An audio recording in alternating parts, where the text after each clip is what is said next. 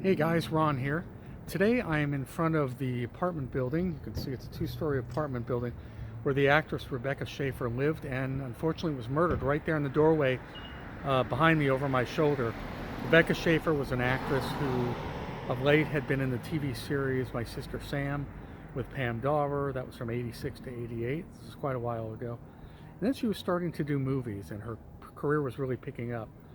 Well, she was about to, on the morning of her murder in July of '89, she was actually about to leave for an audition for the one and only Francis Ford Coppola, who was going to audition her for The Godfather Part 3.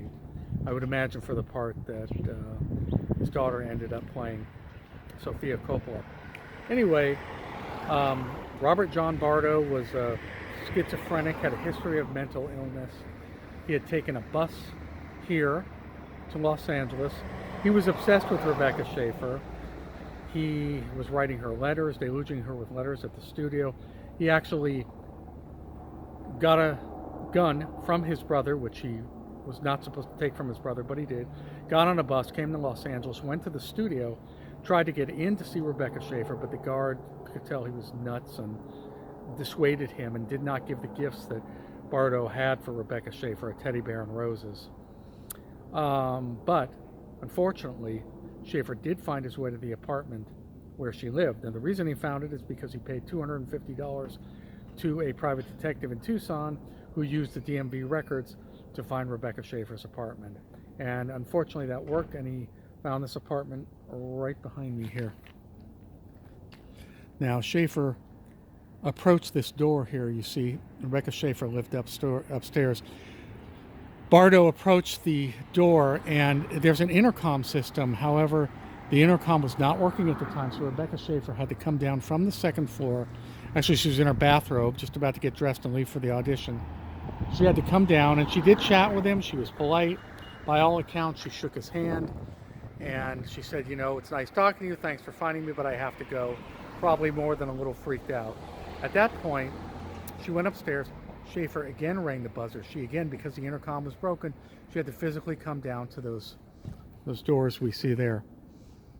And this time she was a little more abrupt, saying, I've really got to go.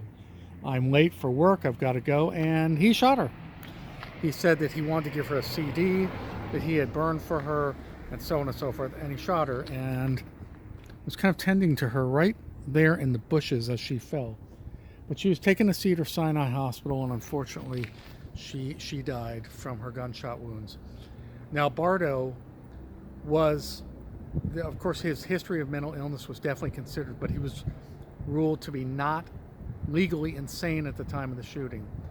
So he was tried, but he actually waived his rights to a jury trial. So he was convicted, pled guilty, and sentenced to life without possibility of parole, because the death sentence was off the table, because I believe because of his mental illness status.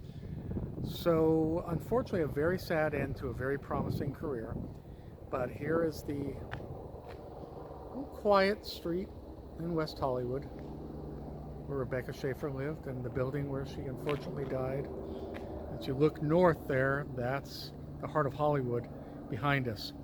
Anyway, folks, nice talking to you again. My name is Ron. If you like my channel, please subscribe, and please give me likes, and please comment in the comment section. I appreciate any and all feedback. Thank you, and we'll see you again soon. Bye-bye.